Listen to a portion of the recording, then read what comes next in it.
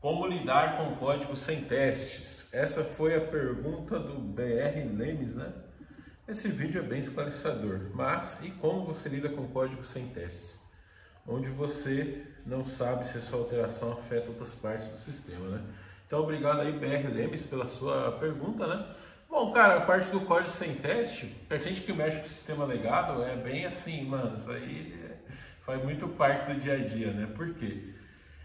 Se o sistema ele for bem legado, mas legado mesmo, de verdade, ele vai ser um sistema assim de uma época em que nem se falava em teste automatizado, né? Testar era você desenvolver, depois você abrir a tela, ver se o que você fez está funcionando e pronto. Então tem esse tipo de legado bem antigo que aí não tem teste, né? Porque não existia teste naquela época, JUnit falando nesse teste automatizado. Mas mesmo os sistemas mais novos, né, quando você trabalha nessa parte de manutenção de sistemas, você percebe uma coisa, né, que é muito comum. Com o tempo as empresas elas abandonam a parte dos testes do software, tá ligado? Eu já vi isso acontecer na prática ali na minha cara, né? Basicamente, olha só, você tem como é que é a estrutura, né? Acho que tudo isso nasce da forma errada, né, de pensar o teste. Porque assim, a empresa vai e baixa uma política, né? Todo meu código tem que ter 80%, tem que ser testado dele. Tem que ter cobertura de teste. Isso aí é um veneno, mano, para teste. Por quê? Nos nossos sistemas corporativos que a gente lida no mundo Java, normalmente esse sistema ele cuida de um fluxo de dados. Então, a complexidade desse tipo de sistema não está no algoritmo ali que você vai fazer. Está na estrutura que você vai montar, né? Na arquitetura do seu sistema, vamos dizer assim, onde você coloca cada coisa, né? Porque a gente desenvolve com vários arquivinhos, né? Um software aí real de produção, eu arriscaria que ele tem milhares de arquivos, não milhares de linhas, mas milhares de arquivos, provavelmente milhões de linhas de código, né? Então é muita coisa. E o que acontece é que, né, é muito comum você ter códigos assim com pouca estrutura, né? Você tem a arquitetura ali, você tem uma camada MVC, por exemplo, né? A V cuida da visão, a C cuida do controle e a M cuida do modelo, né? Então é você transitar dados daqui, da sua tela para o banco, né? Da visão, passando pelo controle onde tem as regras de negócio, chegando no banco de dados e trazendo o banco de dados para a tela, né? Claro que aí você tem peculiaridades dependendo da arquitetura, do tipo de sistema, mas de uma maneira ou de outra todos eles fazem basicamente isso, né? E aí qual que é o problema de você colocar uma cobertura padrão de X% em todo o código novo? Muitos desses códigos eles são loucos, né? Quando você pensa um sistema Java, vamos falar aí de uma arquitetura microserviço, por exemplo. Você tem uma classe REST Controller, que é onde você especifica quais os parâmetros, qual que é o URL, qual que vai ser o método ali, né?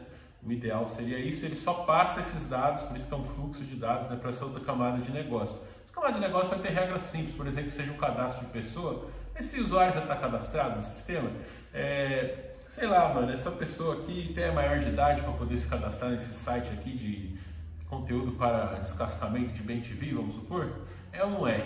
Tá ligado? E aí depois ali ele passa para a camada de modelo, né? A camada de modelo só vai pegar aquele dado e gravar no banco, né? Ou então vai fazer um select no banco, já vai trazer os dados. Então essa filosofia de você testar X% do seu código, ela falha muito aí, né? E é aí que gera esse código de teste que ele é oco, né? Por quê? Tem empresa que exige que você teste 100% do seu código. Aí você vai ter que fazer um teste lá para testar a camada REST ali, que é o quê? Só que a camada REST ela não faz nada, mano. Você só chama ela e ela passa o negócio para frente e depois te retorna o resultado. Como é que você vai testar isso aí? Você tem que usar os mocks. Só que aí com os mocks, conforme você vai fazendo, né? Você coloca um mock aqui. Aí quando você vai, a única camada que você deveria fazer testes aqui é essa camada de controle, que é onde você vai ter algum tipo de lógica, porque essas outras elas são praticamente programação declarativa, né? Por mais que a gente brinque aí, programação declarativa quer transformar tudo em HTML, mas a grande verdade é essa, né? Você não tem muito o que testar no seu REST Controller e no seu modelo ali, se esse modelo ele só chama um banco de dados, né?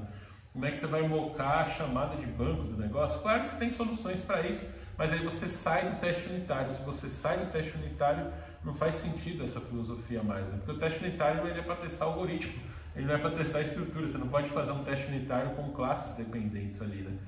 E esse eu acho que é o grande calcanhar de Aquiles do nosso mundo de sistemas corporativos. É isso, que as informações estão no banco, mano. E boa parte da lógica que a gente faz está no select que a gente faz no banco ali. Seja escrevendo select native query, seja mesmo usando um ORM para fazer essa operação, né, como o Hibernate, JPA, Spring Data, seja lá qual for que você use. a complexidade maior está ali. Então, quando você põe esses testes unitários, fica um monte de mock. E aí, o que acontece? Beleza, você desenvolveu assim, né? TDD, bonitinho e tal. Daqui a um tempo vai vir uma alteração e aí você vai chorar, porque essa alteração você troca uma linha do seu código e aí você tem que mudar dezenas de testes, né? Mais ou menos essa proporção. Porque às vezes para você cobrir todas as situações de código ali, para você testar um método, você faz 5, 6, 10 testes diferentes. E aí, se você altera uma linha ali, vai quebrar todos os testes. Aí você fica com uma montanha de trabalho, né? Você altera uma linha no código, mas você tem que alterar dezenas, se não centenas de linhas nos seus testes, né? Isso com o tempo, como a gente sabe como é TI, né? Principalmente quem já trabalhou em suporte, sistema de produção, né? Imagine que um sistema foi criado assim com esses testes, né? Esses testes eles acabam engessando o código, é nisso que eu quero chegar, né? O teste lá para atender uma política com mock, você está testando um monte de coisa que não precisava testar, um monte de código oco. Aí deu um problema lá em produção, o cara tem um ticket, tem um SLA para ele atender. Mano, ele não consegue alterar o software e os testes, tá ligado? Quando ele faz isso, ele faz corrido só para passar, né? Como muitos desses testes também são feitos só para passar ali, para atender aquela política oca de você ter uma política que fala, tem que testar tantos por cento da classe, mas não vai olhar para ver se aquela classe tem que ser testada ou não. Aí você tem que ficar criando um monte de teste lá. Aí toda alteração que você faz, você tem que alterar um monte de coisa nos testes. E aí conforme os anos passam, os testes vão sendo desabilitados, né? Fala você aí para mim que já trabalhou com sistema legado, como é que é? Pelo menos eu aqui na minha experiência, cara, o sistema legado é assim, ou ele não tem teste, ou então quando ele tem, você roda sempre o Maven com skip testes dele. Os testes são realmente desativados, ou o pessoal comenta ali os testes, né? Porque conforme você vai dando manutenção, isso vai trazendo ali um trabalho a mais, né? Assim, em termos de complexidade do que você tem que fazer. E as empresas elas não te dão prazo suficiente para fazer isso. Acho que esse que é o ponto, né? Você tem que corrigir um bug de produção, aquilo tem que ser feito na hora, né? Então, normalmente o ticketzinho você tem... Eu trabalhei em lugar que era a hora, você tinha 2 horas para resolver o bug. Ou você resolve ele ou você dá que não resolveu. Mas quando você dá que não resolveu, impacta o seu SLA, né? E aí impacta a equipe, seu gerente toma carcada. Ele te carca e fala, por que você não terminou? Eu falei, porque, eu terminei aqui, ó, é isso. Mas agora para arrumar os testes, aí não, então desativa esses testes. Isso acontece muito no mercado, né? Então, infelizmente, é a realidade que a gente tem, né? Como que você pode fazer para melhorar isso, para isso não acontecer no seu projeto, tá ligado? Coloque uma regra mais específica. Você quer que teste 80% do código? Tá bom. Mas assim, 80% do código de negócio, o código que realmente tem algoritmos, né? Para esse tipo de teste unitário. Claro que você tem teste automatizado de integração, né? Eu já usei um teste que ele subia a aplicação microserviço ali do Java, fazia requisições REST, né? Subia a aplicação microserviço, subia um banco de memória com SQLite e fazia algumas requisições REST e via se estava dando resultado. Isso aí até que é um testezinho ok também para você fazer, né? Mas evite testar a camada que só passa o dado de um lado para o outro. Você tem o REST Controller, não testa isso aí. Você tem a camada de modelo, o que você vai testar ali? Se toda a lógica está no banco de dados, né? Normalmente você não vai ter ali um negócio que vai trazer as linhas e filtrar ali para você testar isso. Não, você dá o select e ele traz. Então, não precisa testar, tem que testar só as partes de lógica, né? Se você fizer dessa forma, eu acho que consegue manter. Mas até hoje, pouquíssimas coisas, né? Sempre que eu vejo que tem teste ali funcionando, é porque o projeto ainda é novo, você está construindo ele. Depois que vai para produção, passa uns 5, 6 anos ali de bugzinho vindo, e ticket, e demanda muito rápido, as coisas vão sendo deixadas de lado, né? Sempre que você tiver que colocar mais mock no seu teste do que lógica, é um sinal do que você não devia estar testando aquilo ali, porque aquilo não tem lógica, né? Às vezes você escreve mais código para simular as outras camadas que não estão ali, do que teste de verdade, e aí talvez seja uma red flag, né? Dizem também que há estruturas e formas que você pode codificar o seu sistema para tornar ele mais testável, mas aí veja que a gente está meio que o ovo está vindo antes da galinha, né? Tipo, a galinha está vindo antes do ovo, né? A gente está invertendo o negócio, porque o teste é uma coisa para suportar o sistema, e não o sistema ser construído para suportar os testes, né? Eu já vi algumas coisas assim que o pessoal tenta fazer para facilitar os testes, mas aí dificulta a sua vida de programar, de fazer as coisas, né? Então, acho que talvez chegar no meio termo, né?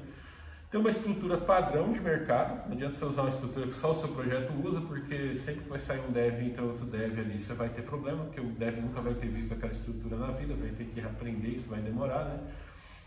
Você não pode fazer isso. Então, tenta ter uma estrutura mais ou menos padrão de mercado e colocar os seus testes só naquilo que tem teste mesmo, aquilo que tem lógica, mano. Eu diria aqui, camada de controle, tá ligado? Acesse meu curso jovemtranquilão.online, lá você vai ter acesso a todo o conhecimento que eu adquiri nesses 17 anos como programador, né? E clique no card aqui, ó, que nós vamos falar mais sobre esse assunto de codificação, de como é que você faz, né? Como é que você chega no sistema, especialmente quando você está trabalhando no sistema legado, né? Ou melhor, como é que eu faço e como é que acaba funcionando. Então, clica nesse vídeo aqui para a gente continuar essa conversa lá, falando do meu mundo aqui de programação, de Java, desenvolvimento de sistemas, né? Clica aqui que eu estou te esperando nesse card. Chega mais!